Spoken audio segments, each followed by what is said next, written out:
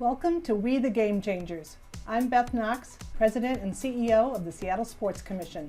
This series amplifies the unique leadership journeys of people disrupting the status quo and offers insights, inspiration, and actionable advice for anyone looking to grow their leadership skills. Whether you're an aspiring leader or a seasoned professional, this series will leave you feeling empowered and ready to make a difference. Let's start the conversation with Amy Griffin and Mary Harvey, two icons in women's sports. As members of the U.S. Women's National Soccer Team, they won the first ever FIFA Women's World Cup in 1991. Today, their leadership journeys have steered them into human rights advocacy. They're looking to change the game of soccer by reducing risk to athletes and increasing the positive impact. Welcome, Mary and Amy. This is the launch of our new podcast series, We the Game Changers, and we're so excited to have you both on board for these first episodes. Well, we're happy to be here and excited that you thought of us, for sure. Yeah, I mean, I needed very little encouragement to do something with Amy, so and I'm glad you asked. So yes, well, welcome. Now, you both, of course, played for the U.S. Women's National Team, which won the inaugural FIFA Women's World Cup in '91. That was certainly a long time coming for FIFA to have a tournament like that, and that was truly a game-changing moment. I'm curious, though, how much appreciation did you have at the time that you were playing in this momentous tournament? Amy, let's start with you. I would say we had a huge appreciation for each other, and it probably ended with that. Not a lot of people knew about it. We were in China. There wasn't a big build-up. There wasn't people at the airport when we came back. It wasn't televised, none of those things. So it did give me most of the opportunities I've had since then have been because of the grit, and we did it because we loved it. It wasn't because of anything else. It wasn't, did we get per diem? Toward the end, we got like $15 a day per diem. $15, 10. Or maybe 10. I don't know. But wow. Yeah. Wow. And I got a $10.99 for it. Oh, perfect. Yeah. How about you, Mary? Did you have a sense of what this meant at the time? No, I mean, we were a bunch of, as Anson used to say, hell-bent for leather, women who were incredibly competitive. And there's a tournament, and we wanted to go win it. Didn't matter what it was or where it was. That's just kind of how we were wired. And we had an opportunity to go to play in the World Cup. We certainly knew the World Cup for men, but this was the first for us. But I think it was very little understanding of sort of the global impact that it would have because of the reasons Amy said. There wasn't a lot of awareness. Right? And we came back. I mean, Julie, our teammate of ours, Julie Foudy, says, she came back from winning the World Cup, and her friend said, where you been? She's like, well, we went to China and won the World Cup. And they're like, yeah, that's great. You want to go get a movie? It's like just no understanding of sort of what we've done. And I don't think we understood really what we've done, other than we won a tournament that we wanted to win. No, I mean, part of me thinks I was going through it because I was selfish. I would do whatever it took to continue to play with the best players in the country. So I would just train and play. And it wasn't because I thought it would have an effect. It was a small ignition, right? Something did spark, something was lit, people were talking about it.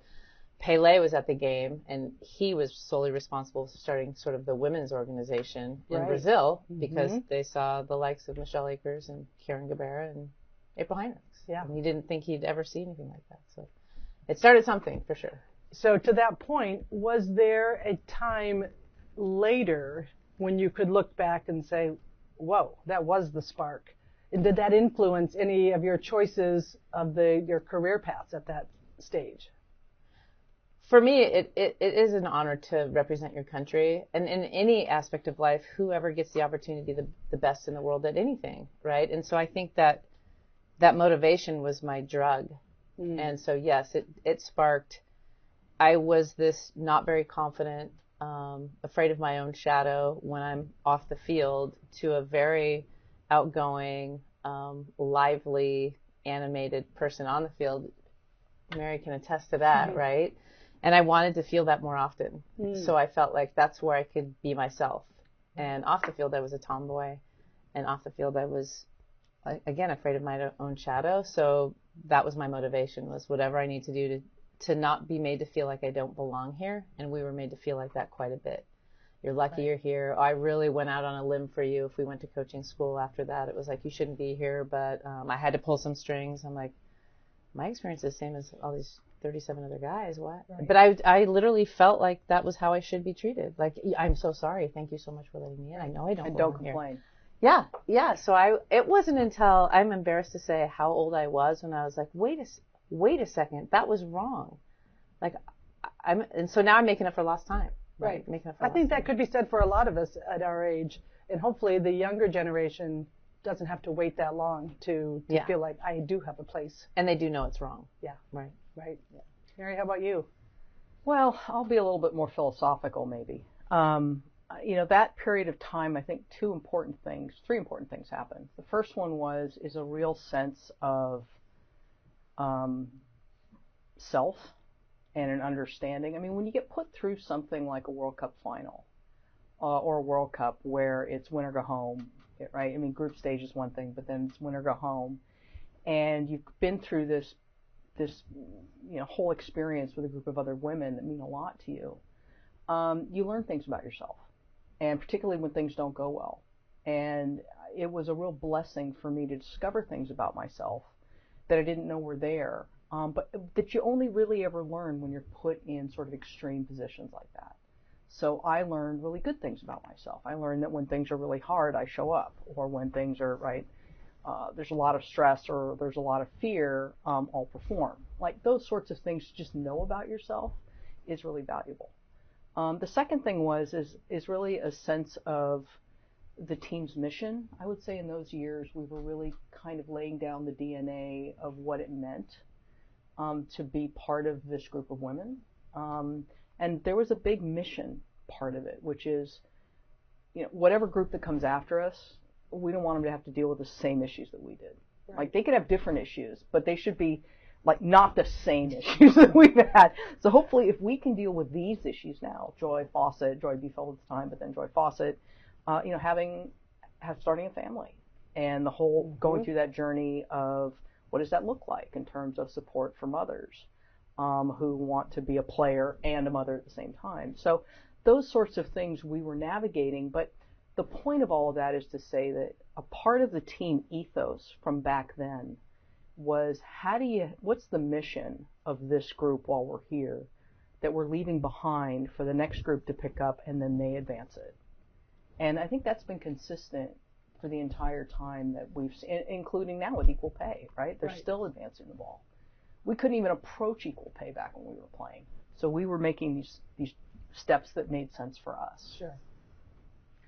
So we've already touched on this a little bit, but the idea of coming home after that type of momentous win to having no fanfare, not even knowing where you'd been, your friends, how did you carry that forward? Because that had to have been a real letdown on one level. Like, how did you carry that forward? And then, eventually it does have this significance. Now we can look back and see what the significance is of that win in just that moment. But how do you reconcile those two things? I mean, it's a great question. I remember, you're right. I remember feeling a little bit empty, and I notice it now even on the podiums of other gold medalists where everyone's celebrating, but it's sort of hitting people at different times. Like, this is the last time this group will be together. And it is such a good story about, it really truly isn't. It's so cliche. It really truly is about the journey, because it's over. It's actually the symbol of it ending. And then you have this Rolodex of, no one knows what a Rolodex is anymore, of photos, of memories of how you got here, right? And what did you learn while you were here? Whether you want it or not, everyone's learning things if you're trying to achieve a goal. And so for me, it really was like, the pieces aren't here. So you have to sort of create the pieces there.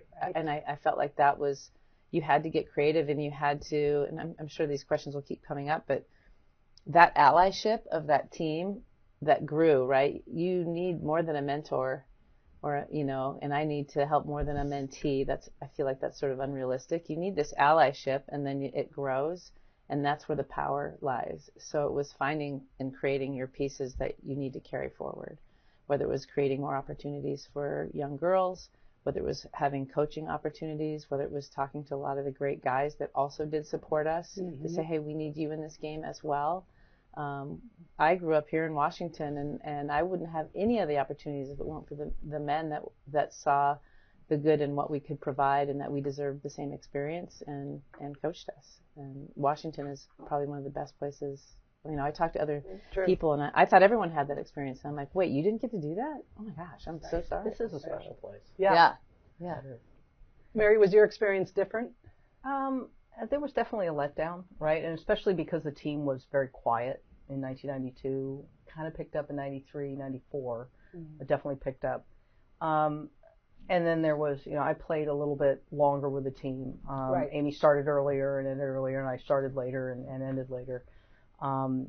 Just the nature of things. But, so I got to see sort of from the inside what happened with 96. And, just this moment of that pivotal moment that I wish you had been on the inside to have seen it when it happened, because you would have loved it, which was, being in a dorm room at the Atlanta campus, right, for the Athens Olympics, and seeing the traffic report, because we're just in pregame and sort of headphones on and watching TV, and we're looking at our game traffic. And we never had game traffic. Right. We never had game I was in traffic. the stands. I was the one stuck in traffic. You're the one stuck in traffic, right? And so this whole, and then 78,000 or 76,481 people show up to watch a women's only sporting event, which was a world record, and just being a part of that. But it kind of was a swell, wasn't it? Because the first game, I could say, "Hey, Harv," and there weren't that many people in the first game, and sort of happened like in that tournament. Yeah. In that tournament, and then stands packed and standing room only, and everyone standing up for the last 20 minutes of that final game, which was it was unreal. Yeah. So it was wonderful to have seen that, but you're right. You get to a point where you're building up to this incredible thing that happens. And then you go home. And then you go home. And then you go home, right? And you're sort of left with, I love the way you said it, the pieces, and you're trying to put the pieces together, of how the can memories. I create that again? There's nothing here for me. Right, and you're just by yourself. Yeah. And we're not used to operating as individuals. You're used to operating as part of a unit. Right. And that's something that personally I've carried in to every management role I've had is, you're not operating as an individual. You are part of a living, breathing thing that is a unit of people that can do incredible things, right, together. But if people start operating just as a solo unit, the whole thing doesn't work. Right. So, Mary, did that, being part of that momentum, that swell, and kind of a pivotal moment there in 91, did that affect your career choices and where you went from there? Not immediately. So 91 was, I played for another 5 years after that. Yeah, I would say it informed a sense of self and learning things about yourself. But I think the real learning was after I left the bubble. And then really, you leave the bubble, and it is a bubble, right? It's the bubble's a real thing. Sure. And you think certain things are normal.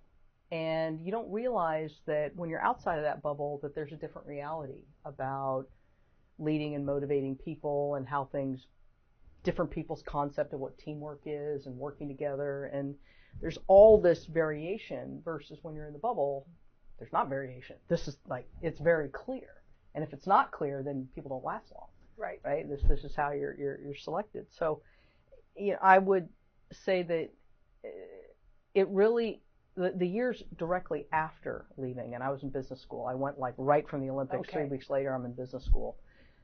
I really, over those 2 years, started to have a sense of what I'd been given through the experience of being in that locker room and a sense of self. And that's really what informed sort of my choices afterwards. Okay. So developing that sense of self is the key, right? Because I think it's too easy to rely on whether it is going to school or an experience that you have, and that's going to inform the next move. But it's really about yourself and what you have developed in that process. Yeah, I'll give an example. I think it's easiest to.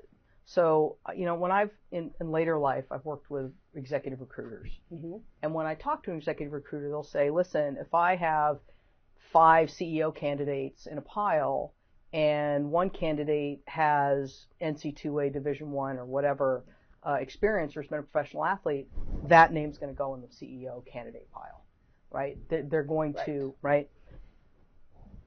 If you're the athlete, right, and you're just out of the Olympics for, that it took me 2 years to metabolize it, you don't have that sense of ownership. I didn't, certainly, of what I'd been given during that time. It took me a while to understand what that recruiter was valuing. I didn't own it yet because I didn't understand it. And it took a while to understand it, metabolize it to a point where it is now part of how you lead and motivate people. Oh, that's a great point. And learning to own it and even understanding what that means to own it is a process, right? Yeah. Now, you both have many firsts to your credit. And I'll just list a couple here. Amy, you were one of the first 9 women to obtain a U.S. Soccer Federation Level A coaching license. Mary, you became the first woman and first American hired by an international governing body of FIFA to run a division.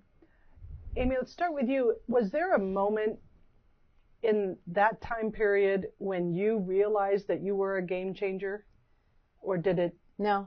No. Even now, I feel like I really get what I have learned to do is say yes.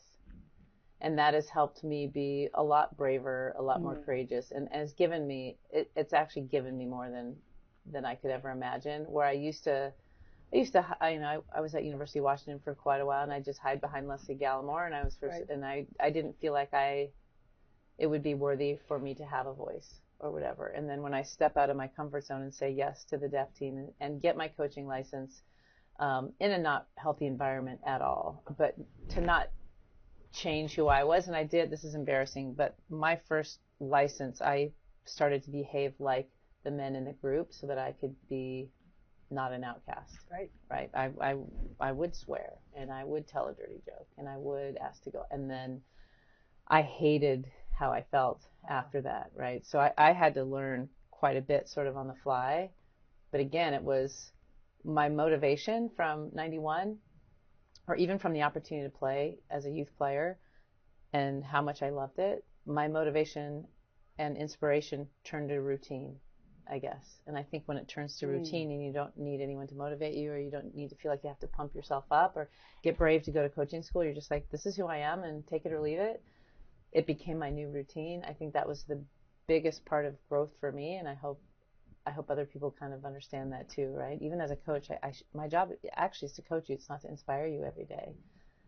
When you're inspiration, you've crushed it, right? So I do feel like I had no idea, and still I don't think of myself as that. But I do know I hang out with a lot of really kick-ass women, and that helps me a lot. Well, and I think that, it is hard to embrace the moniker of game changer or leader, any of these descriptives, when it's just part of who you are, what you do, as opposed to, I am intentionally going to set out to change the game. Or when you're getting blasted by all the people in the room, you don't feel like a game changer. You feel like maybe I should, like, it's not, you're like, hey, here I am, look at me, Yeah, but here's the thing. How many people in your coaching class were world champions? 0. Okay, I'm just saying, right? So, I walk into, so the similarity between our two stories is, I show up at a place like FIFA, and that was even worse. Well, I mean, imagine, and we're used to working with, or at least I had been in my, professional life, working with rooms full of men. Sure. So for me, this was not new. What was new was being a world champion in the sport that we were governing, right? Being in a room full of men and them wanting to dismiss, because of my nationality or my gender, impugn basically what I had to say, but they couldn't, because I actually was a world champion. I actually was an Olympic gold medalist. So now what do you do with that, right? You want to sort of put people in boxes, and, and yet you're the only world champion. You actually have a bona fide credential in the sport that, you're making a profession. So I think that's the irony of it. And where I navigated through it was, I mean, it makes you crazy at some point because you're like, am I nuts? Because I'm the only woman in a room full of men, every single meeting I'm in, 5 days a week. That'll make you a little bit nuts because you wonder if, wow, my take on this is totally different. Am I the one that's crazy? Right. Okay. No, cognitive diversity is a thing, right? And maybe that's what's going on. But what helped me get through it was compassion, that for me, working with predominantly a male culture was normal. For them, having a female as a true peer was a big adjustment for a lot of them. So I tried to say, listen, I'm making less of an adjustment than they are. True. Let me just, to a point. And then point you say, that doesn't figure fly. it out. Yeah. So how did you use that superpower of being a world champion, an Olympic gold medalist, or a game changer in many ways? How did you use that in your business world, your professional world, to influence those dynamics of being the only female in the room? Well, I guess I didn't come from it I didn't think of it as being a gendered thing, but it actually is, and this is a term that I'm hearing a lot these days, which is feminist leadership. And I would say it's the lessons that I learned from being a player in a team sport, in a women's team sport, where I learned about what worked there. And I internalized it because that was part of the culture. And it was, people don't want to be fearful. People don't want to be beaten down and, directed. People want to be inspired. People want to be able to think that they can do things that they don't think they're capable of, and then they go out and do them. Right. And if you've lived that, and we lived that, right? We wanted to win the World Cup, but then we did it, and it was just like, wow. And to a person, we were convinced that we were going to win the Women's World Cup. How do you get a group of, 18 people to fundamentally believe that when it's never been done before, and there's no other outcome? Think about that, right? And if you have all of that that's inside of you, that's what you bring out. But I think the difference is, and this is the feminist leadership idea, is it's not about driving it from one person or a place of strength. It's about enrolling everybody around you to take that journey with you as a unit, as a team. That's really the power that I think that we learned in the experience that we had. I don't want to speak for you. Yeah, no, I can say it better myself. So Amy, and you mentioned this just a minute ago, you have the position of being the head coach of the U.S. National Women's Deaf Team. Correct. Tell us how that came about, and what has that experience been like for you? It has been one of the best blessings I never anticipated being given. The longer this goes, the bigger honor and the more pressure I feel to carry it well, because I'm not deaf. And so the goal is for me to get to pass it on to a deaf staff. There's not that many. I mean, I feel like I'm reliving this all over again, right? The team began not funded, very few opportunities to play.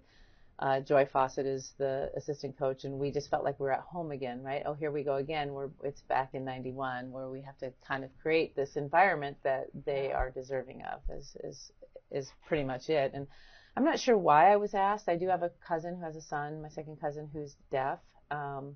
He lived in San Diego. I lived in Florida at the time, so it wasn't like we were connecting all the time. But we do have a pretty good connection. And because of that, I took a sign language class, just one little class.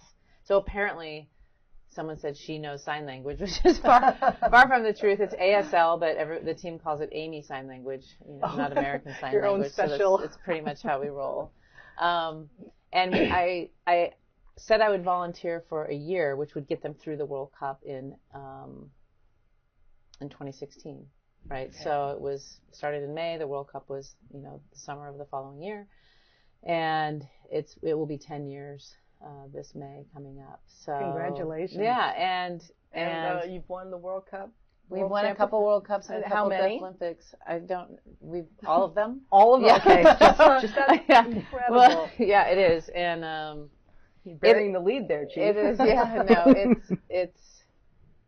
I am so much more hypersensitive and aware to what it feels like to have less access and be considered less than for no reason other than no one's giving people all the access when that can happen.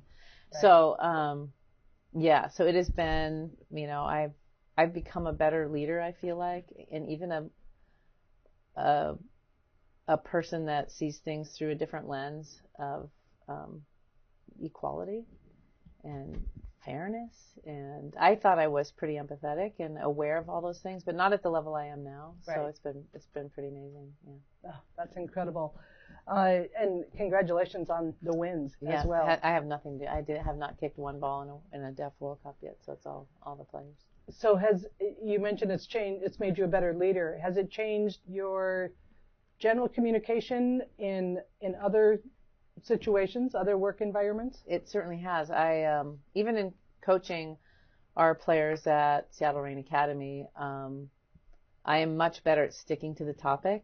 And us coaches, we like to share everything we know every day, and it must get confusing for kids, for anyone, right? It's like, this is the topic, but hey, get wide, oh, defend, it's that you want to, I want to help you, but it's not helpful. So for sure, I stick to the game plan. I'm much more detailed and clear, much more patient. When I entered the environment, they're the ones that taught me patience, because they've all been the one that didn't get the full communication given to them. And so I was practicing sign, and they're like, I don't sign, I speak. And then I'd try to speak, and they're like, I don't have any idea what you're saying. And I was just paralyzed, frozen at one point. And all of them were like, you're fine. And I feel like I bring that into the crazy youth sporting environment where the mantra is there really is no such thing as a soccer emergency, even though we're made to feel like that on a daily basis. Right. So I kind of bring that, you're fine, so for sure. That's incredible. Mary, what motivated your career path to the position that you're in now? Well, so I'm a chief executive of a global nonprofit based in Geneva called the Center for Sport and Human Rights. And not my first stint in nonprofits, but I knew that I was, had that very strong sense of mission and that service streak inside of me. But I worked in, private, business for a number of years, right out of the private sector, right out of business school, because I really wanted to just gain that skill set. But I always knew I was going to end up in nonprofits. And I think a part of it, actually, the germ of it was being inside, the U.S. women's national team for a number of years, where there's a sense of purpose and mission. It's not just about winning games. It never was about just winning games. Winning games gets people to listen to you, right? And that's the platform you need. But it's about what else. It's not just enough to just do that, right? And maybe that's just sort of our job as women, is we're carrying, the water as well. Who knew what seeds were planted when we went to countries either to train or for a tournament where women weren't allowed to play, and there was no opportunity, and we're like, wait, here we are on the bus, even though it was way less than what the men were getting. We're on a bus wearing the USA jersey, getting ready to compete, right? And there's no women, so. Well, and I think there was a sense of mission about just leaving it better than where you found it. And I think also my relationship with sports. And, we're all involved in the world of sport here. And I had a very positive experience with sport. I had a lot of injuries, right? But I was never, nothing ever happened to me and only in the job that I have today do I realize that that's because some of it was luck. Because in the world that I work in, where there's harassment and abuse, horrific things happen to people. Some of it was luck. I never met a bad person in the whole time that I was playing sport. And as a result, look at everything that sport has enabled me to achieve. It was inside of me, but sport helped bring it out. I want everyone to have that experience. But the sad truth is that I've met a lot of Olympians and others who've been fundamentally scarred for the rest of your life because of something that happened to them while they were competing. And the power dynamics, the more elite you go in sport, the power dynamics are even greater because of what's at stake. So what drives me is this idea that sport, if it's going to be a social good, it's going to be, this idea of sport having social license to be what it is, then it needs to be responsible. And that includes, when harm happens, how do you handle it? How do you make it right? And then how do you prevent it from happening again? And essentially that's what the Center for Sport and Human Rights does in a variety of different areas. But I get that directly from an expectation of what I want sport to be, because that's what it gave me. But a lot of people it hasn't given it that to, and that's sad. And I want to fix that. That's awesome.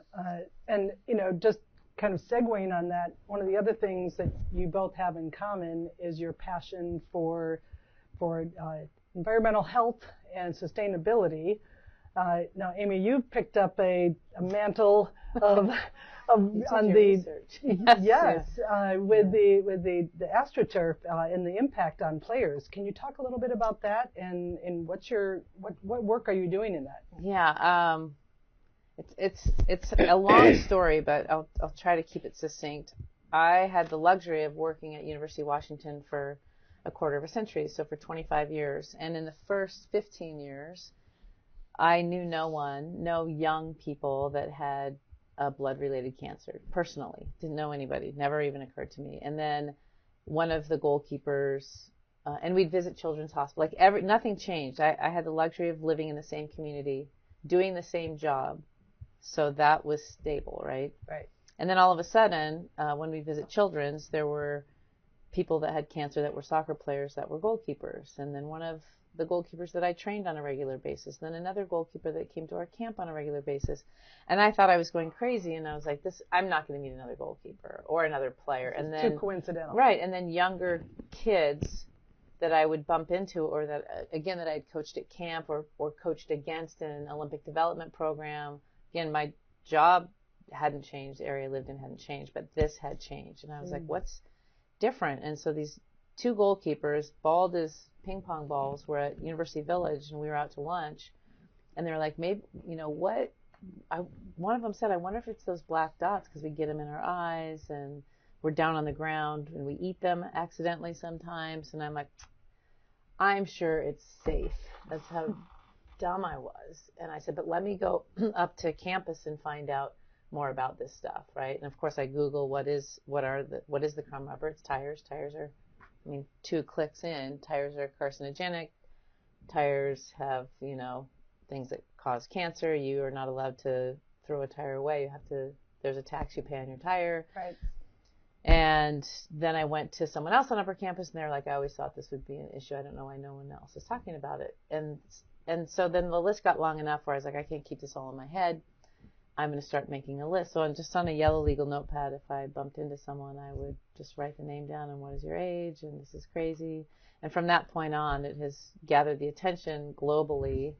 No one has yet. The EPA has gotten involved. I've been handed a cease and desist, but I haven't ever said that it's a particular I think there's a risk, and someone needs to prove to me that it is safe. Right. And no one's been able to do that. There aren't any epidemiological studies. Since then, my list is close to 300. And and people think that in order for you to make the list, you would have to hear about the story, find me, contact me to get on the list. So I am sure there are more people. Sure. But the interesting part about the list is that it has never changed. Between 60 and 62% of the people on the list are goalkeepers. And I honestly think it's because we're laying on in a game, you don't see what the relationship we have with the ground is in a game. Goalkeepers have a special relationship with the dirt and ground and centrics and all of it. Yeah. And we are breathing it in at a much higher rate, and it's in our pores. And, I've had people say, oh, well, there's 4 ways you can get in your body, and there's no way you're getting all those ways. Inhalation, digestion, through your pores. I'm like, we're getting all of those. Right. And someone else, a toxicologist, said, well, if you had eaten a teaspoon of it, then of course that would be dangerous. And I'm like, we probably have. I don't know. So yeah, and you hit the ground a couple hundred times of practice, right? Sure. Yeah. And then kids that are playing on, and that's the thing that had changed, right? the grass is no longer here. Right. It's all artificial turf. And so now there's things that have cork and coconut shells and olive pit, so there's less toxins, but then PFAS are the forever chemicals that they're now doing new research on and finding all the things that are terrible for humans. And fish, I mean, they've already proven that the chemicals in tires are killing the coho salmon here in our state. Right. So, so now anytime a story goes out about it, I just got one last night. I'm from Orlando and I played indoor soccer and I'm a goalkeeper, and can you please add me to your list? So. Incredible. And hopefully the EPA will start to actually take action. Yeah, and I do think that they're the ones that deemed it safe way back when. So it's going to be exponentially harder to get them to do. I don't think they want to. No. That's my general feeling. Right. But who knows? Yeah. Oh, And I get people send me samples of their turf and they're like, can you please test it for me? I'm like, I'm a goalkeeper coach and a director of an academy, and I have a Bunsen burner from chemistry class, but this is way out of my league. Right. For sure. Right. Oh, well, great work on that. Appreciate Thanks. your passion around that. And Mary, you were previously involved. You were on the board of and helped found the Green Sports Alliance. I didn't help find it, but I helped. Yeah. Okay. Yeah. No, and it started actually. The Green Sports Alliance started in Pacific Northwest, right? Which is apropos, right? We care about the environment up here, and I love our colors, blue and green for the water and the trees. I grew up in California and I remember rationing water, and I think we talk about athlete advocacy.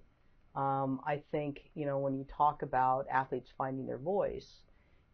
What helped me find my voice when it came to the environment was, this experience of that water is precious. Water is something you don't waste. To this day, I cannot take a shower that's more than 3 minutes long. Now that could be because we're showering multiple times a day because we're playing, but I can't do it. I can't run the water and while I'm brushing my teeth and just have the water go down the drain. If you grew up in California during a certain period of time, water was precious. Right, and you're doing all sorts of things, and that's never left me. And while water isn't necessarily the biggest issue, I mean, it's clearly it's carbon and its emissions. Nonetheless, it's a point of authenticity where it connects to people personally, and that's what led me to I found a group of people that also cared very much about use and stewardship of natural resources. And decreasing carbon footprints and things like that as it related to sport. And I think these are my people. And so I just showed up and said, hey, I love what you guys do. How can I help? And they said, what's the catch? And I said, there's no catch. I just love who you are and what you do. Right. And I believe in nonprofit board service. And so I just, plugged in where I thought I could be helpful. And it's a great organization, and I love them, and they are alive and well today.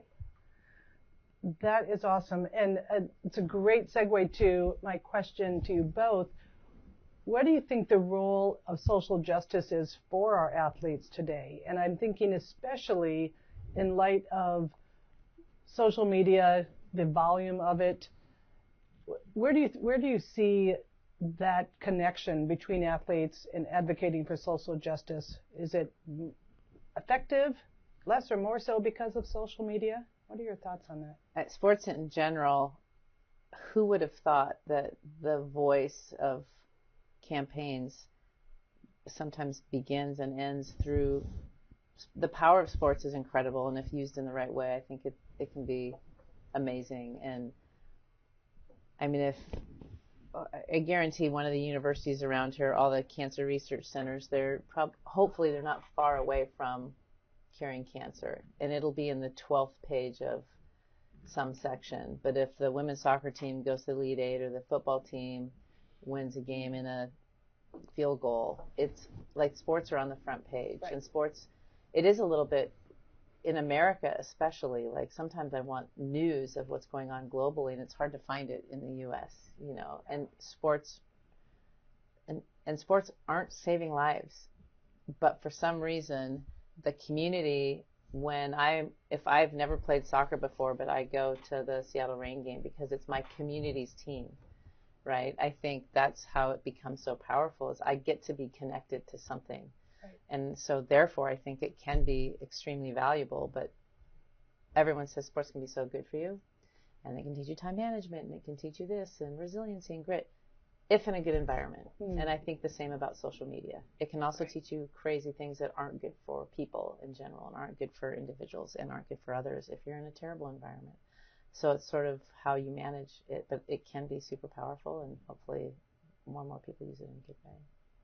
Mary? Well, we at the center, we do a lot of work around athlete voice and agency, a ton of it. And I mean, how many moments have we seen from Jesse Owens just being himself, right? And not doing anything other than being himself and winning. The message that sends to Tommy Smith, John Carlos, and Peter Norman in the 1968, Black Power Salute, 1968 Olympic Games.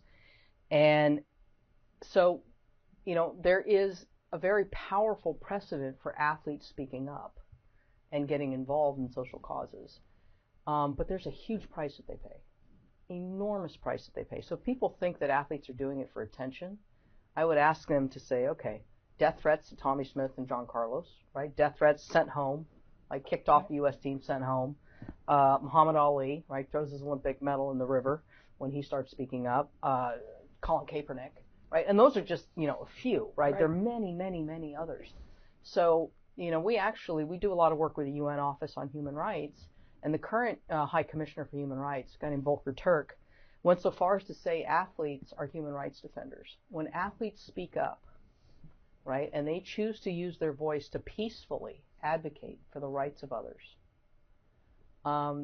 when they do that, they're human rights defenders. And in the human rights world, that means you need to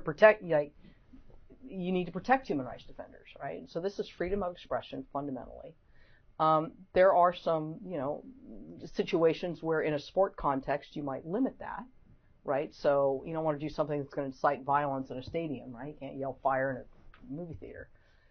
But there have to be really specific reasons why you would curtail an athlete's right to speak out.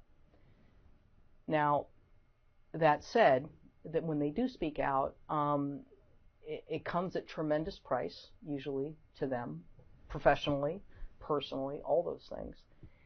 And so you sort of question, what's in it for them by doing it? Well, they must feel really strongly about it. But the final thing I'll say about that is that just because an athlete wants to doesn't mean they have to, right? And this whole idea of, some athletes, that's not what they want to do. And that's okay, right? Not everybody's Megan Rapinoe, right? Okay, fair enough. But thank God we had Megan Rapinoe. Yes, right? exactly. Because look at what she did with her voice. Look at what, Marcus Rashford used his voice in England to advocate. Says, listen, I was one of those kids that benefited from the free lunch program in England. Please don't cut it. Boom, they killed it.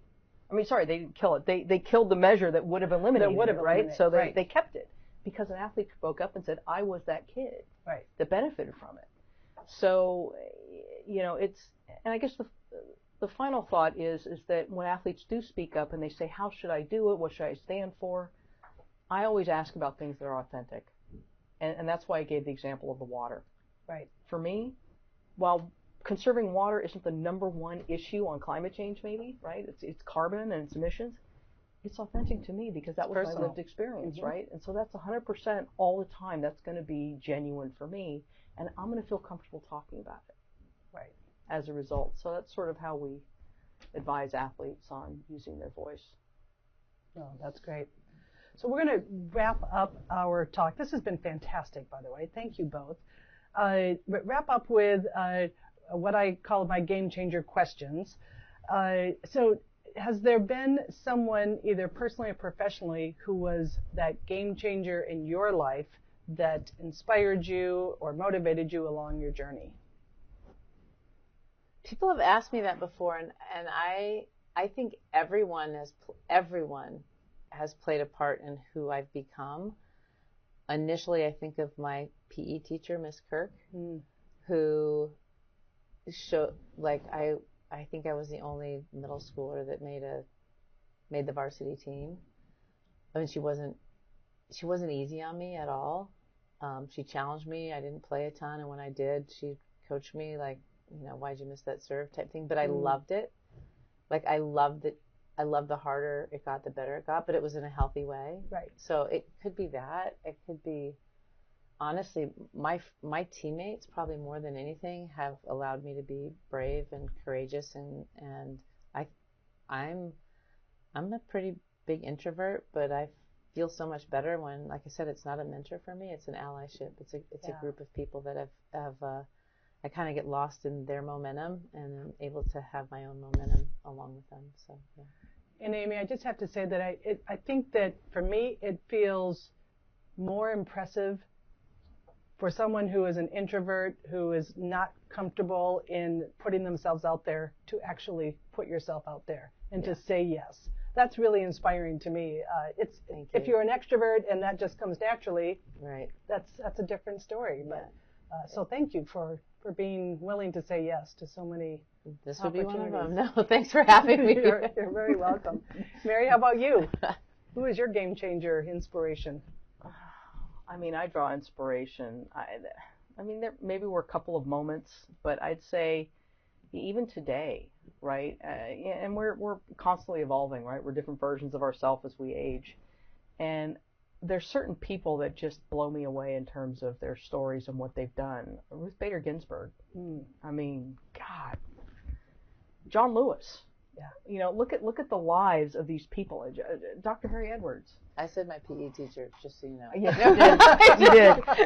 It takes all kinds. Takes all. No, but just if you look at, ordinary people who just did extraordinary things with their lives and chose to do that. I'm reading right now a lovely one, which is Ketanji Brown Jackson's, autobiography about her life.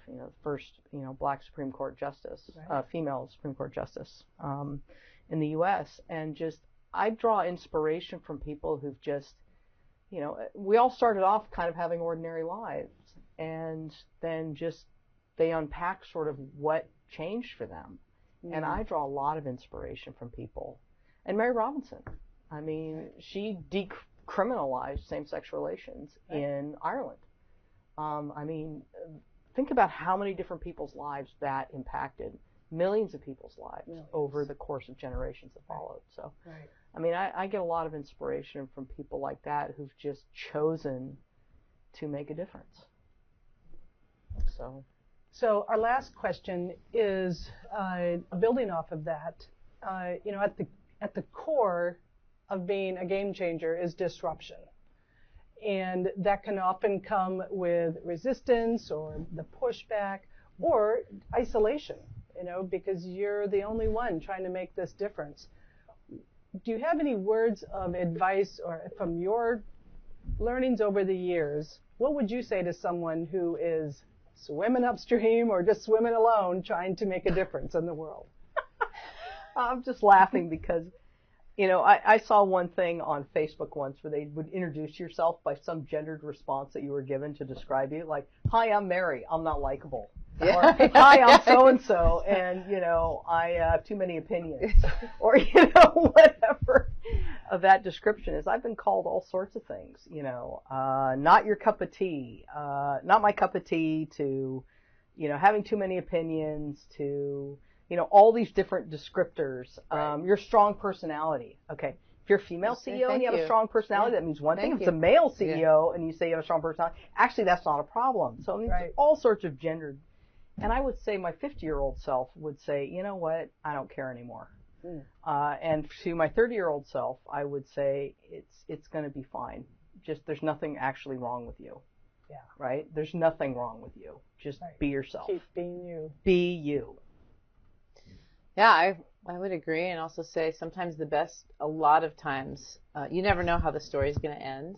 So you can say this happened to me and it didn't work out, but maybe it actually did.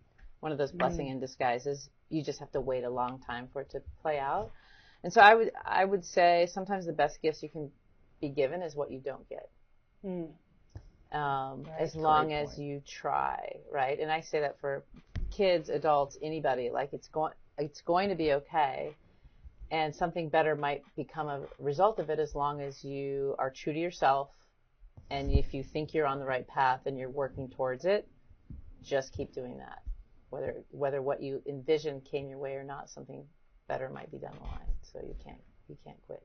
when, going when, to be when it's okay. good. Yep. Don't I quit like it. before the miracle happens. Yeah, this is the good Right. stuff. Anytime I'm having a really crappy day, I'm like, this is the good stuff. Remind me, because it's the crappy days where you have to get creative, you have to get stronger, you have to find solutions, you have to find more people. Right. So this is the good stuff. The good stuff. Let's take it. Yep. Thank you both. This has been absolutely tremendous. Such an honor to have you both be part of our launch series of We the Game Changers. So thank you for making time for us today. Likewise. It's Yeah, been an happy honor. to be here. Thanks for joining us for our launch season of We the Game Changers. Be sure to like and subscribe wherever you get your content. And please share this with your network. Encourage someone else to explore their leadership journey and get inspired by game changers of every kind. This season, we'll be talking with executive chefs, professional athletes, founders, and more, each with their own unique leadership voices. From confident public speakers to introverted role models. Wherever you are in your leadership journey, all are welcome. Follow along on Seattle Sports Commission's social media and join us for our next episode.